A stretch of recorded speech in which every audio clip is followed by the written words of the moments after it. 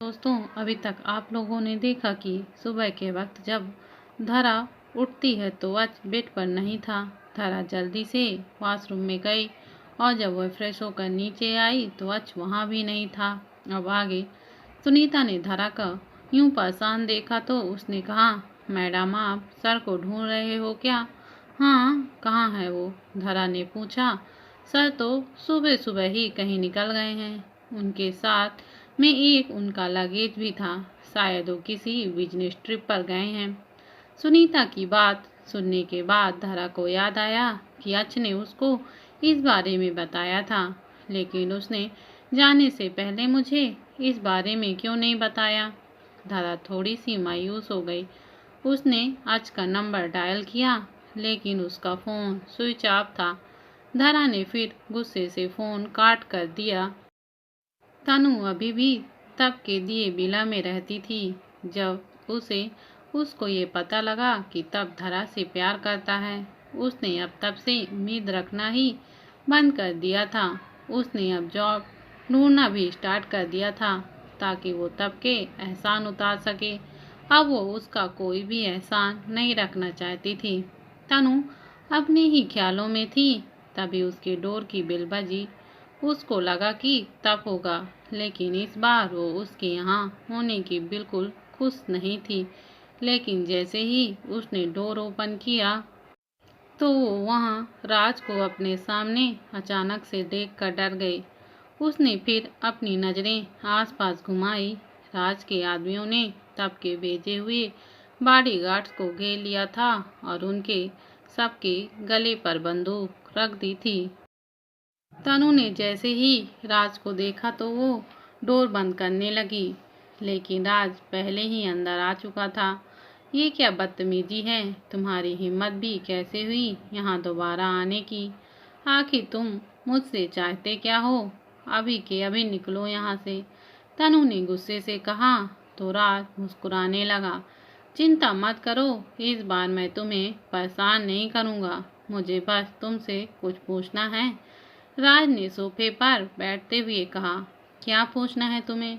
तुम्हें जो भी पूछना है पूछो और निकलो यहाँ से। तनु अभी भी डोर पर खड़ी थी। अरे बैठे तो बैठकर बात करते हैं।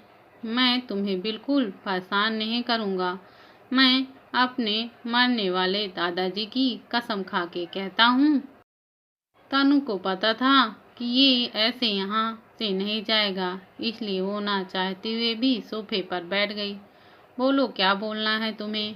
तनु की बात सुनते ही राज एकदम से सीरियस हो गया। क्या तुम मुझे अपनी दोस्त धरा के बाल काट कर दे सकती हो? राज की बात सुनकर और उसको इतना सीरियस बिहेव करते देख तनु को खांसी आ गई।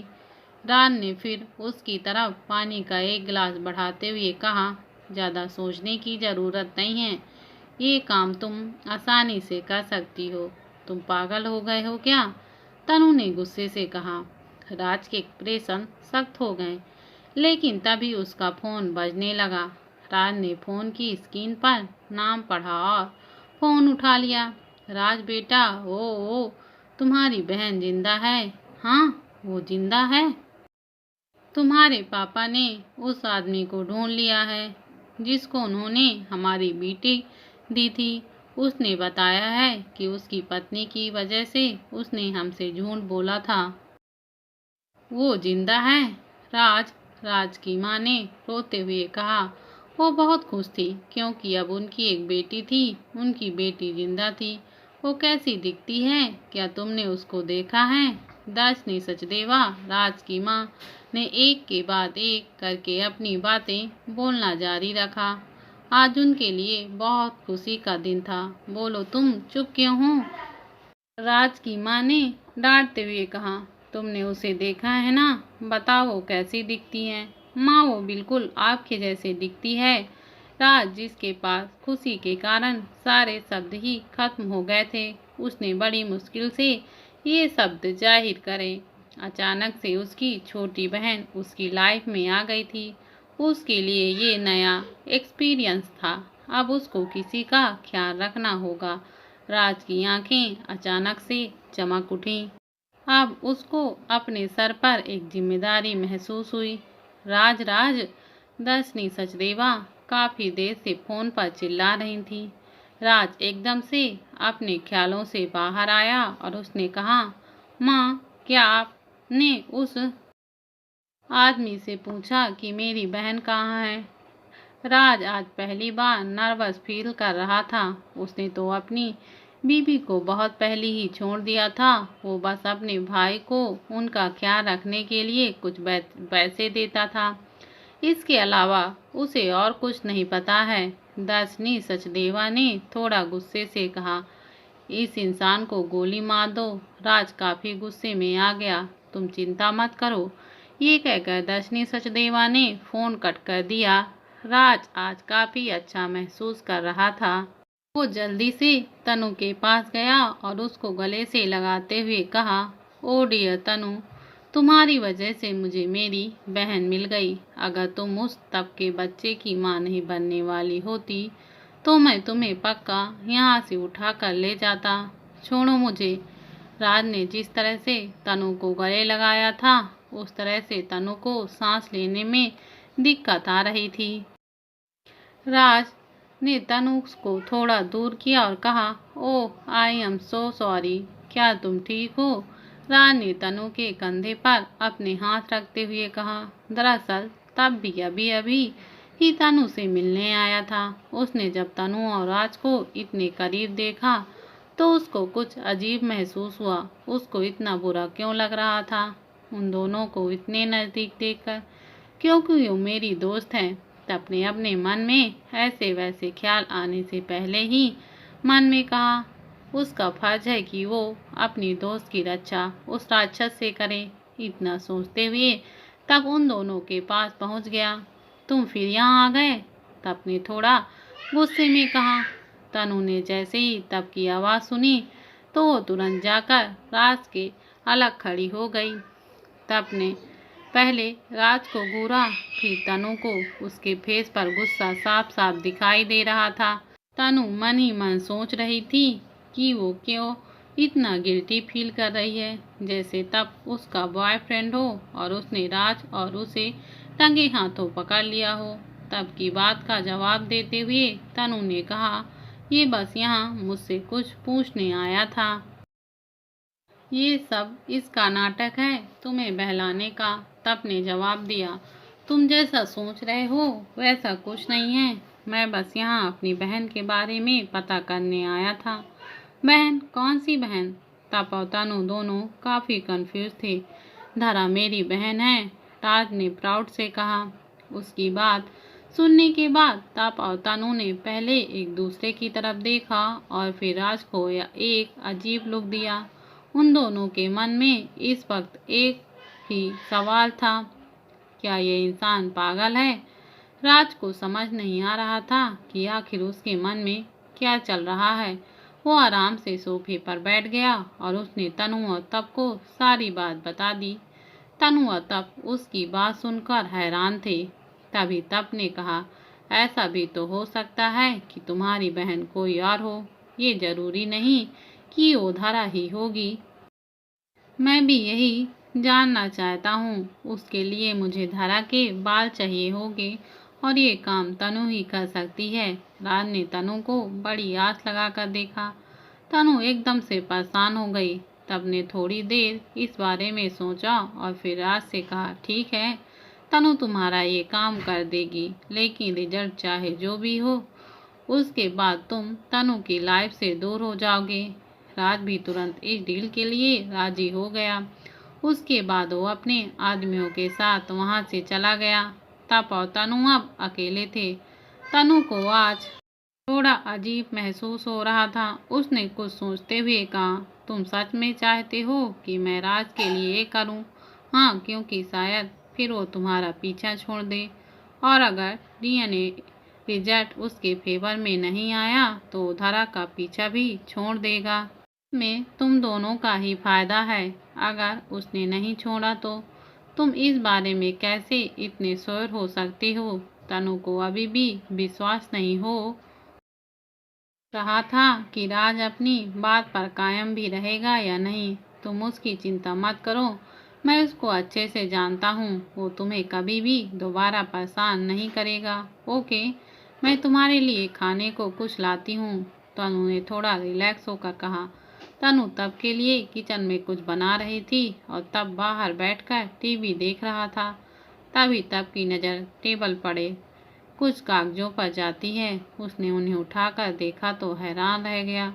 उसके हाथ उन पेपरों पर टाइट हो गए। उतने में तनु भी किचन से आ गई। तनु ने मुस्कुराते हुए कहा, मैंने तुम्हारे लिए ही पसंद का कुछ बनाया है, गेस करो कि वो क्या है। तब ने तनु की बात पर कोई ध्यान नहीं दिया और उसकी तरफ वो कागज बढ़ा दिए जो उसने अभी अभी टेबल से उठाए थे। क्या मैंने तुम्हें नहीं कहा था कि तुम्हें जब भी काम करना हो तो तुम मेरी ही कंपनी ज्वाइन करना, और तुम हो कि किसी दूसरी कंपनी में जाना चाहती हो। ओह, इसको पता लग गया। तनु अब काफ़ी शर्मिंदा फील कर रही थी। उसने तब को समझाते हुए कहा, वो ये कंपनी काफ़ी अच्छी है, इसमें एम्प्लॉय की ज़रूरत थी, इसलिए मैंने सोचा कि मैं इसको ही ज्वाइन कर लेती हूँ। मुझे तो नहीं लगता कि ये मेरी कंपनी से एक अच्छी कंपनी है, और जितनी फैसिलिटीज़ मेरी कंपनी तुम्हें प्राइवेट करेगी उतनी कोई और कंपनी नहीं कर सकती। तब अपनी जगह से खड़ा हुआ और उसने तनु को ऑर्डर देते हुए कहा, तुम कल 9 बजे कंपनी आ जाना। मैं किसी को बोलकर तुम्हारे लिए कंपनी में एक अच्छी पोजीशन अरेंज करवाता हूँ। इतना कहकर वो वहाँ से जाने लगा। तनु ने जब उसे जाते हुए देखा तो उसने चिल्लाते हुए कहा, ये जो मैंने तुम्हारे लिए बनाया है ये कौन खाएगा? तुम कहाँ जा रहे हो? मुझे भूख नहीं है। तब ने पीछे मुड़े बिना ही कहा और वहाँ से चला गया। तनु उसे तब तक घूरती रही जब तक कि वहाँ से गायब नहीं हो गया। फिर उसने अपनी बनाई डिशेस की तरफ देखा। बड़ा ही अजीब इंसान है, लेकिन कोई बात नहीं, मैं इस खाने को ख़त्म करने की पावर रखती हूँ। तनु ने एक प्लेट उठाई और उसको बड़े चाव के साथ खाने लगी। आज के बिला में काफ़ी रात हो चुकी थी, लेकिन धरा की आंखों में नींद का एक कतरा भी नहीं था। आज ने अभी तक उसको कॉल नहीं की थी, जिस वजह से वो थोड़ा परेशान थी। वो बिस्तर पर इधर से उधर करवटें ले रही थी कि उसका फ़ोन बजा। उसने जल्दी जल्दी से फ़ोन उठाया, लेकिन जैसे ही उसने स्क्रीन पर तनु का नाम देखा तो वो थोड़ी मायूस हो गई। उसने फ़ोन उठाया और कहा, हाँ बोल तनु। तनु को उसकी आवाज़ से ही पता लग चुका था कि धरा परेशान है। तनु ने थोड़ी चिंता करते हुए कहा, क्या हुआ तुझे? सब ठीक तो है ना? हाँ सब ठीक है, तू बता क्यों फ़ोन किया? अच्छा, क्या मैं कल तेरे बिला आ जाऊं? तुझसे मिलने का मन भी कर रहा है। तनु ने थोड़ा सोचते हुए कहा, हाँ आ जा, मैं वैसे भी यहाँ बोर ही होती हूँ। धरा ने कहा तो तनु ने हैरानी के साथ जवाब दिया, क्यों बोर होने लगी? तुम्हें एंटरटेन करने के लिए हमारे अच्छे जीजू तो हैं ही। वो नहीं है, वो एक बिजनेस ट्रिप पर श्रीलंका गया हुआ है। धरा ने एक छोटी बच्ची की शक्ल बनाते हुए कैसा, जैसे उसकी टॉफी किसी ने उससे छीन ली हो। तनु को अब जाकर सारी बात समझ आई।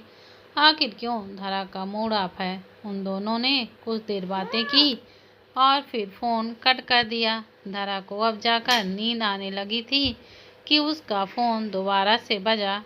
उसने बिना देखे फ़ोन उठाते हुए कहा, क्या हुआ तनु, अब दोबारा क्यों कॉल की? ये मैं हूँ।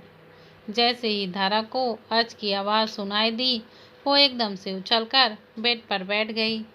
आज की आवाज़ सुनने के बाद धरा के चेहरे पर खुशी साफ जाहिर हो रही थी, लेकिन वो उससे नाराज़ होने का नाटक करते हुए बोली, अब क्यों की तुमने कॉल? क्यों, मैं नहीं कर सकता क्या? आज ने एक कर्कश आवाज़ में कहा, नहीं बिल्कुल नहीं, तुम नहीं कर सकते हो। धरा की कई बात सुनने के बाद आज की पकड़ फ़ोन पर मजबूत हो गई। उसने गुस्से से थोड़ा काबू करते हुए कहा, तुम मेरी हो, मैं तुम्हें कॉल नहीं करूँगा तो तुम किससे एक्सपेक्ट कर रही हो कि तुम्हें कौन कॉल करे? आज की बात सुनने के बाद धरा को खांसी आ गई। तुम अपना दिमाग किसी और ही दिशा में लेकर जा रहे हो। मैं तुमसे नाराज हूँ, तुम्हें इतना भी समझ में नहीं आता?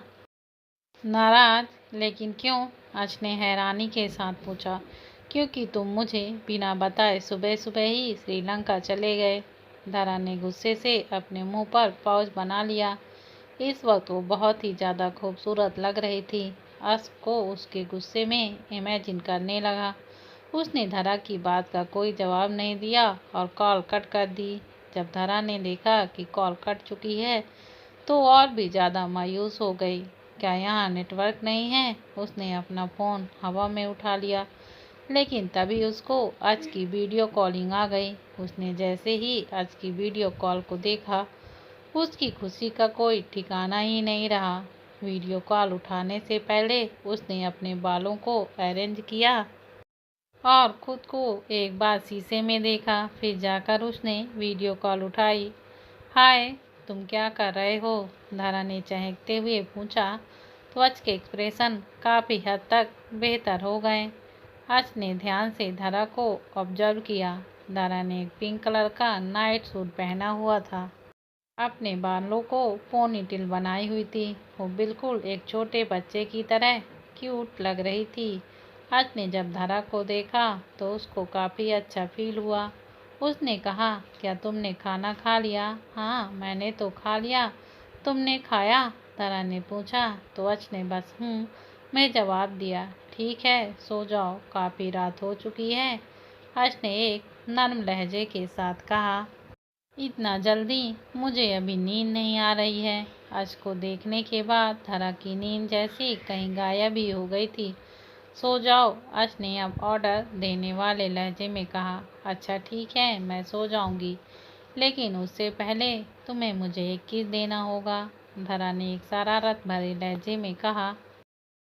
धरा स्क्रीन पर अच के एक्सप्रेशन को नोटिस ही कर रही थी कि उसको स्क्रीन पर एक और चेहरा दिखाई दिया। ये अभिनव था। धरा को अचानक से खांसी आ गई। तुम हमारी बातें सुन रहे थे? धरा ने अभिनव को घूरते हुए कहा। अरे, मैं क्यों तुम्हारी बातें सुनने लगा? वो तो मैं भाई के पास बैठा था, इसलिए तुम मुझे तुम्हारी बात सुनाई दी। तुम मेरे शरीफ भाई को इस तरह परेशान नहीं कर सकती हो। अभिनव की बात सुनने के बाद धरा ने अपनी आंखें सिकुड़ते हुए कहा। अब वो मेरा हस्बैंड है, मैं उनसे चाहे किस लूँ या और कुछ, तुम्हें उससे कोई मतलब नहीं होना चाहिए। धरा की बात सुनकर अभिनव की आंखें लगभग बाहर ही आ गईं। वो कुछ बोलने ही वाला था कि अच ने कहा, जाओ यहाँ से। ओ भाई! अभिनव वहाँ से नहीं जाना चाहता था, लेकिन अच की तीखी नज़रों ने उसे वहाँ से जाने को मजबूर कर दिया। जब अभिनव रूम से बाहर चला गया, तब जाकर धरा ने दोबारा से कहना स्टार्ट कर दिया, लेकिन अच ने उसको आंखों से चुप रहने का इशारा किया और बिना पीछे मुड़े कहा, अपने रूम में जाओ।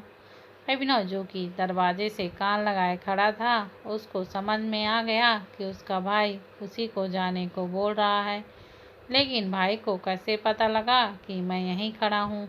अभिनव को ना चाहते हुए भी वहाँ से जाना पड़ा। उसको अब कैसे पता लगेगा कि उसका भाई फ़ोन पर किस करते हुए कैसा लगता है? अभिनव काफ़ी निराश महसूस कर रहा था। अब रूम में अच अकेले बैठा था और धरा को एक कन्फ्यूजन के साथ देख रहा था। क्या तुमने कुछ गलत खा लिया है? अच को यकीन नहीं हो रहा था कि धरा उससे रोमांटिक बातें कर रही है। अच की बात सुनने के बाद धरा ने उसको घूर कर देखा। क्या तुम कुछ रोमांटिक हो सकते हो? अभी अभी हमारी शादी हुई है और तुम्हें इतना भी नहीं पता कि अपनी खूबसूरत बीबी को खुश कैसे कर सकते हैं? धरा की बात सुनने के बाद अच स्पीचलेस हो गया। उसने कहा, जब मैं घर आऊँगा तो तुम्हें अच्छे से खुश करूँगा। इतने कहते ही अच के फेस पर एक शरारती स्माइल आ गई। ठीक है, मुझे अब नींद आ रही है। इतना कहकर धरा ने झट से फ़ोन कट कर दिया। उसका मजाक करना तो ठीक था, लेकिन जब अच मजाक करता है तो उसकी जान ही निकल जाती है।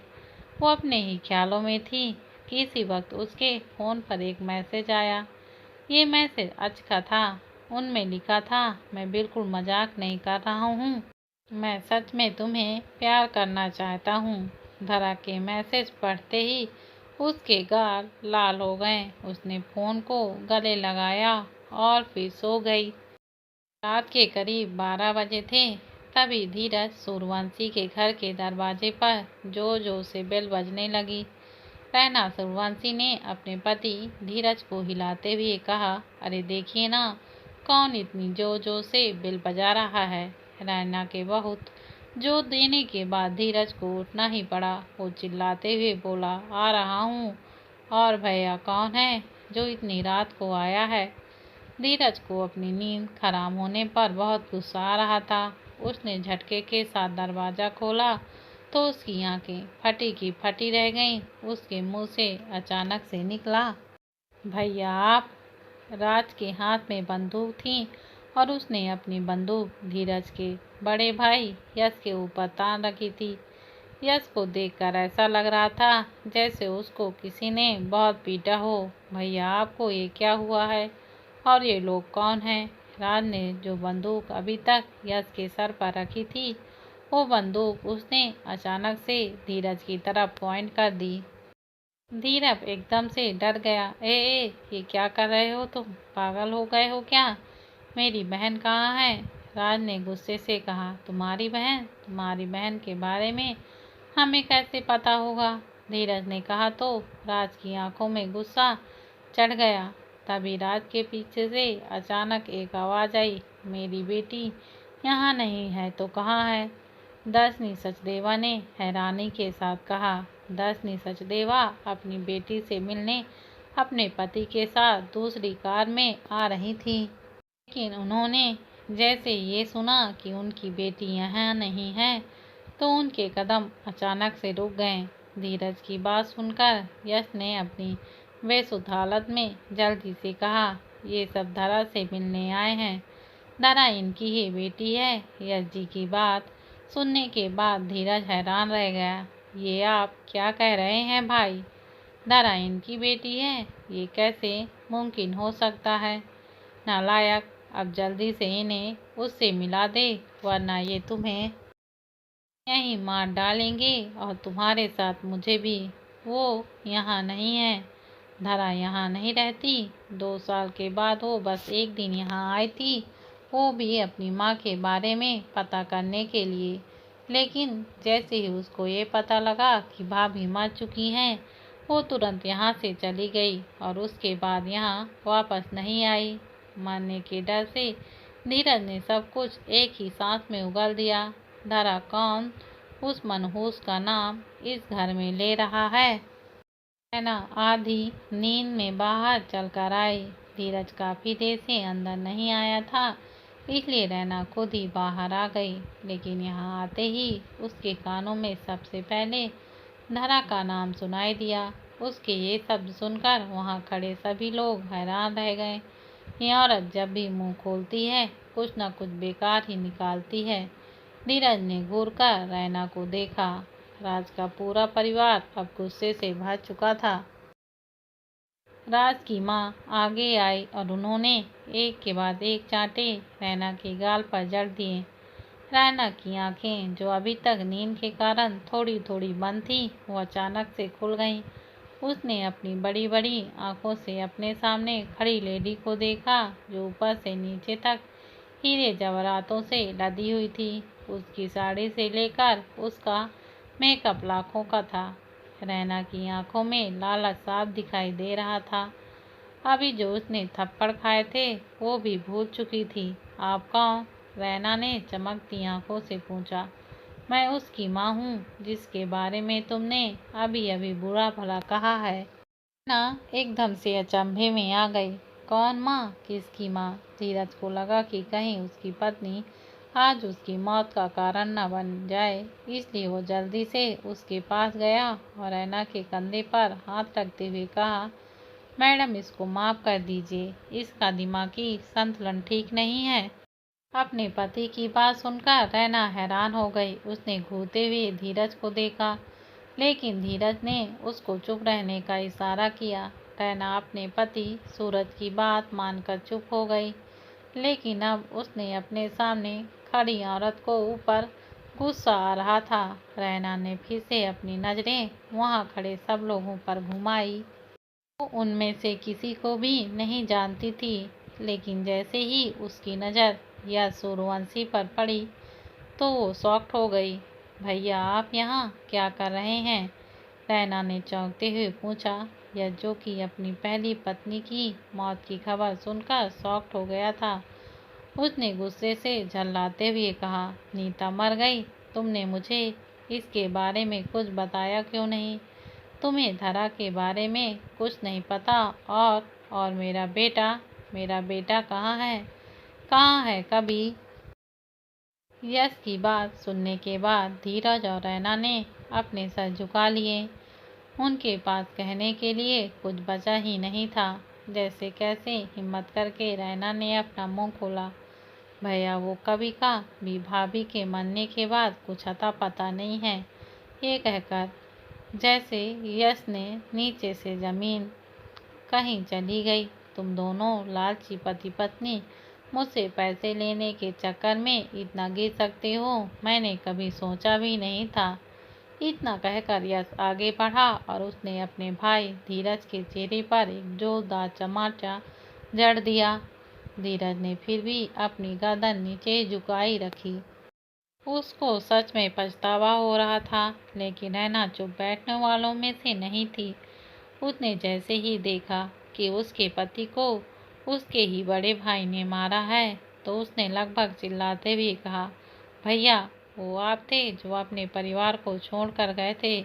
वो आप थे जिसने पहले पैसों के लालच दिखाया और किसी दूसरी औरत से शादी की। आप कैसे हम पर इल्जाम लगा सकते हैं कि हम लालची हैं? बल्कि वो आप थे जिसने खुद के परिवार को पहले छोड़ा था।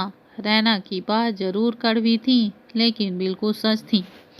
यश को अब खुद के ऊपर ही काफी गुस्सा आ रहा था। वे सोफे के सहारे नीचे जमीन पर बैठ गया। उसकी आंखों में आंसू थे। नीता का भी वो धीरे से बुदबुदाता रहा। रात जो कि उनका फैमिली ड्रामा देखकर पागल ही होने वाला था, अचानक से बोल पड़ा, माँ पापा चलिए यहाँ से। मेरी बहन के बारे में इन्हें कुछ भी नहीं पता। मैं जानता हूँ कि उसके बारे में किसे पता होगा। इतना कहकर राज अपने पापा के साथ वहाँ से निकल गया। लेकिन दर्शनी सचदेवा ने जाने से पहले रैना को देखा और उसको एक और थप्पड़ गाल पर जड़ दिया। मेरी बेटी को मनहूस कहने की हिम्मत दोबारा मत करना। इतना कहकर दर्शनी सचदेवा बड़े घमंड के साथ वहाँ से निकल गई। रैना के दोनों गाल सूजकर लाल हो चुके थे। वो उस औरत को वापस मारना चाहती थी, लेकिन उसके पति धीरज ने उसको कस कर पकड़ा हुआ था। उस औरत के वहां से जाते ही रैना ने धीरज का हाथ झटक दिया और उसको गुस्से से कहा, कौन थी वो औरत और तुम उससे इतना क्यों डर रहे थे? धीरज ने रैना की बात का कोई जवाब नहीं दिया और ना ही उसने उसकी तरफ एक बार भी देखा। धीरज ने अपने भाई की तरफ देखा, जो बेसुध की हालत में सोफे के सहारे जमीन पर बैठे थे। धीरज ने उन्हें दिलासा देते हुए कहा, भैया, मुझे माफ कर दीजिए। मैं अपने किए पर शर्मिंदा हूँ, लेकिन मुझे ये समझ में नहीं आ रहा कि वो लोग धरा को अपनी बेटी क्यों कह रहे थे। वो तो आपकी और भाभी की। धीरज ने इतना ही कहा था कि यश ने उसकी बात बीच में काटते हुए कहा, ये माफिया और अंडरवर्ल्ड से रिलेटेड सचदेवा फैमिली है और इनका बिजनेस में भी अच्छा खासा नाम है। धरा इनकी ही बेटी है। मेरा और नीता का पहला बच्चा मर गया था। बच्चे के खोने के गम में नीता बहुत ज़्यादा दुखी रहने लगी थी। उसी बीच में धरा को कुलदीप सचदेवा के कहने पर कुछ दिनों के लिए अपने साथ घर ले आया। धरा के आते ही जैसे नीता को कोई नई जिंदगी मिल गई थी। उसने धरा से बहुत लगाव हो गया था, लेकिन जब मैंने उससे धरा को ले जाने की बात कही तो वो उसको देने को तैयार नहीं थी। इसलिए मुझे ही सचदेवा फैमिली से झूठ बोलना पड़ा कि उसकी बेटी मर चुकी है। यश की बात सुनकर रैना और धीरज की हालत ऐसी हो गई थी जैसे काटो तो खून नहीं। उन दोनों के मन में बस अभी एक ही बात चल रही थी कि अगर वो धरा के साथ अच्छा बिहेव करते तो आज उनको बहुत फायदा होता, लेकिन अब क्या, जब पछताए होत क्या, जब चिड़िया चुग गई खेत। तनु इधर गहरी नींद में आराम से सोई हुई थी। रात के लगभग 2 बज चुके थे। उसी वक्त उसके डोर की बेल बजी। अब डोर बेल लगातार बजती रही, तब जाकर कहीं तनु की नींद खुली। इस वक्त कौन आया होगा? तनु ने जल्दी जल्दी में अपने बेड से उठी। उसकी नींद अब गायब हो चुकी थी और डर उसके फेस पर साफ दिखाई दे रहा था। उसने पहले पूरे घर की लाइट जलाई और एक झाड़ू लेकर दरवाजे की ओर बढ़ गई। उसको कुछ कुछ आइडिया तो हो ही गया था कि दरवाजे पर राज हो सकता है, क्योंकि तब के बॉडीगार्ड्स को हैंडल सिर्फ वही कर सकता है। जब तनु दरवाजे के पास पहुंची तो उसने कहा, कौन है? मैं आया हूँ। राज ने बस इतना ही कहा। तनु मन में सोचती है, अभी इतनी रात को क्या लेने आया है? तुम इतनी रात को यहाँ क्या कर रहे हो? तनु ने थोड़ा गुस्सा करते हुए पूछा। अरे पहले दरवाजा तो खोलो। राज ने फिर से बेल बजाना स्टार्ट कर दिया। ये आफत मेरे ही गले पड़नी थी। ना चाहते हुए भी तनु को दरवाजा खोलना पड़ा। उसने धीरे धीरे करके दरवाजा खोला तो उसको वहाँ राज के अलावा 2 और लोग दिखाई दिए और उनके पीछे करीब दर्जनों बॉडीगार्ड्स थे। तनु ने हैरान होकर उन सबको देखा। मैं कल धरा के बाल तुम्हें दे दूंगी। तनु के दिमाग में बस एक ही ख्याल आया, शायद ये धरा के बाल लेने आया है। लेकिन एक बाल के लिए इतने सारे लोगों का आना जरूरी था क्या? तनु अपने ही ख्याली पुलाव बना रही थी। तभी दर्शनी सचदेवा ने कहा, उसकी अब कोई ज़रूरत नहीं है। हमें पता लग चुका है कि वो हमारी ही बेटी है। दर्शनी सचदेवा की बात सुनने के बाद तनु को अचानक से खांसी आ गई। राज ने आगे बढ़कर तनु के लिए टेबल से पानी का गिलास उठाया और उसको थमा दिया। थोड़ी देर बाद तनु के सामने वाले सोफे पर दर्शनी और कुलदीप जी बैठे थे और उनके साइड वाले सोफे पर राज बैठा था।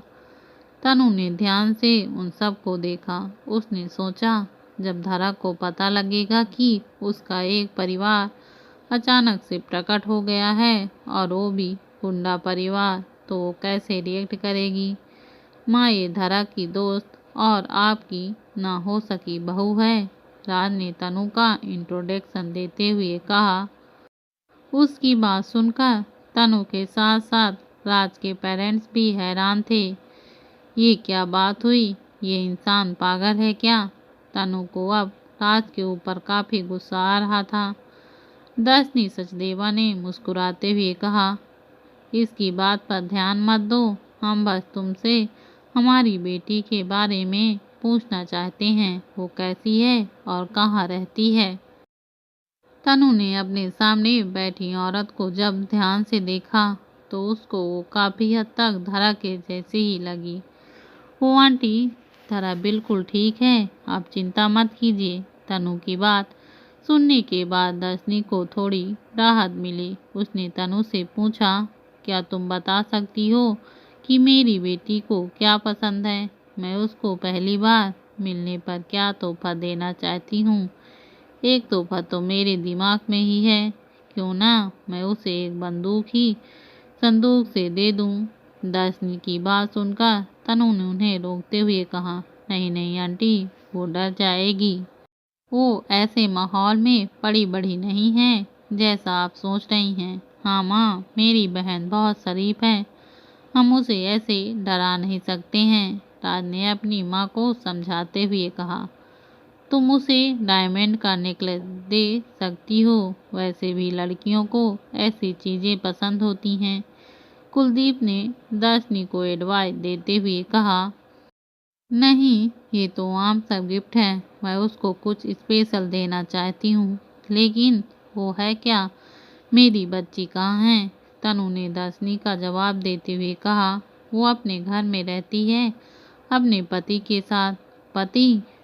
उन तीनों ने एक साथ शॉक्ड होकर कहा। हाँ पति, धरा की शादी हो चुकी है। तनु ने एक बार फिर से कहा। लेकिन किसके साथ? राज ने गुस्से से कहा। आश्रयजादा के साथ। तनु ने कहा। आश्रयजादा?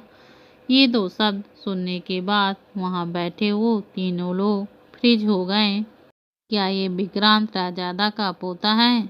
कुलदीप सचदेवा जानना चाहते थे कि कहीं उनकी बेटी ने उनके सबसे बड़े दुश्मन के पोते से तो नहीं शादी कर ली। तनु को उनका बिहेवियर थोड़ा अजीब लगा। कुछ तो गड़बड़ थी। उसने अपने शब्दों पर ध्यान देते हुए कहा, हाँ, आज उन्हीं का पोता है। तनु विक्रांत राजादा को अच्छे से जानती थी, क्योंकि वो भी अपने समय में बहुत बड़े बिजनेसमैन रह चुके थे, जिनके नाम की लोग आज भी तारीफों के पुल बांधते हैं। उनके पोते ने मेरी मायूस बेटी को फंसा लिया। उसकी इतनी हिम्मत! अब पूरे राजादा परिवार की लाशें बिछेंगी लाशें। कुलदीप सचदेवा ने गुस्से से कहा। दर्शनी ने उनकी बात का जवाब देते हुए कहा, अब क्या होगा जब पापा को ये पता चलेगा कि उसके सबसे बड़े दुश्मन के पोते ने उसकी पोती से शादी कर ली? तो क्या ही नहीं करेंगे। माँ पापा, आप चिंता मत कीजिए। मैं अपनी बहन को उस राक्षस के चुंगल से छुटा कर ही रहूँगा। बस हमें सही समय का इंतजार करना होगा। हमें अब यहाँ से चलना चाहिए।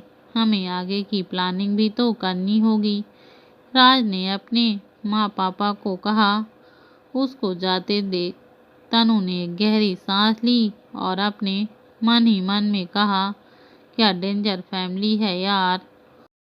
और धरा इनकी बेटी है, ये तो एकदम शॉकिंग है।